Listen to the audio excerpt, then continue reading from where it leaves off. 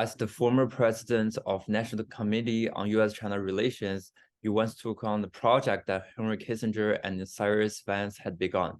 You and Kissinger took many trips to China together, and you introduced Kissinger to the first group of ordinary Chinese people he'd ever met, as well as meeting many important Chinese leaders.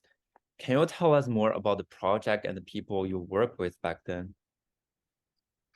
Yes, well, Dr. Kissinger and Cyrus Vance, Secretary Vance, established a America-China Society, which was dedicated to some of the same goals, or most of the same goals, really, of the National Committee on U.S.-China Relations.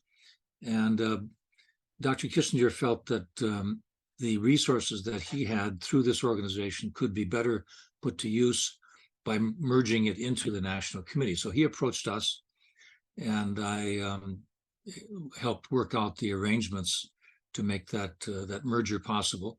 And during the course of which I got to know him quite well and did, as you say, travel with him to China on a number of occasions.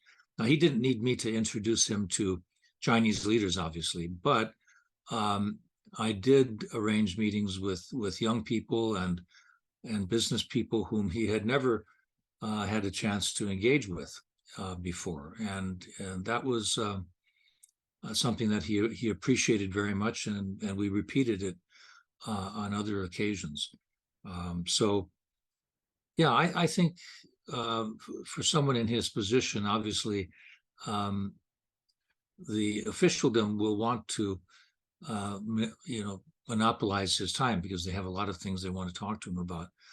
But getting to know China better through through ordinary people was something that he enjoyed doing.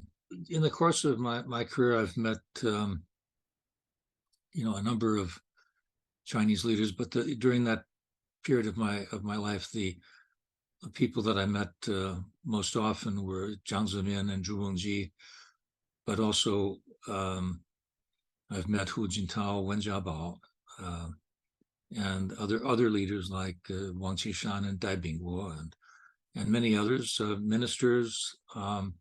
Jiang Zemin was a very extroverted person, liked to talk and explain things to American audiences.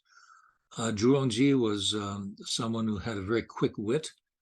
He was had a great sense of humor, and I always found him to be perhaps the most approachable in many ways of those senior leaders, and enjoyed the occasions I had to interact with him.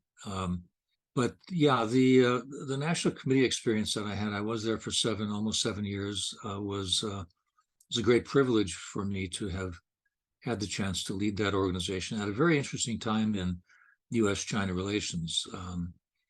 The bombing of the Chinese embassy took place in 1999, EP3 incident in 2001, China's entry into the WTO. These all took place, not to mention 9/11, when I was president. And so the relationship was going through significant steps of evolution at the time. And my goal was to ensure that we were a channel of honest communication, and that meant that didn't mean just papering over the differences. It meant exploring them and explaining why an American perspective or American perspectives were different on some of the issues at hand. And so I think, maintained that the viability of that channel of communications during my time there. And I'm happy to have counted a few of the programs that they're still doing as having begun on my watch.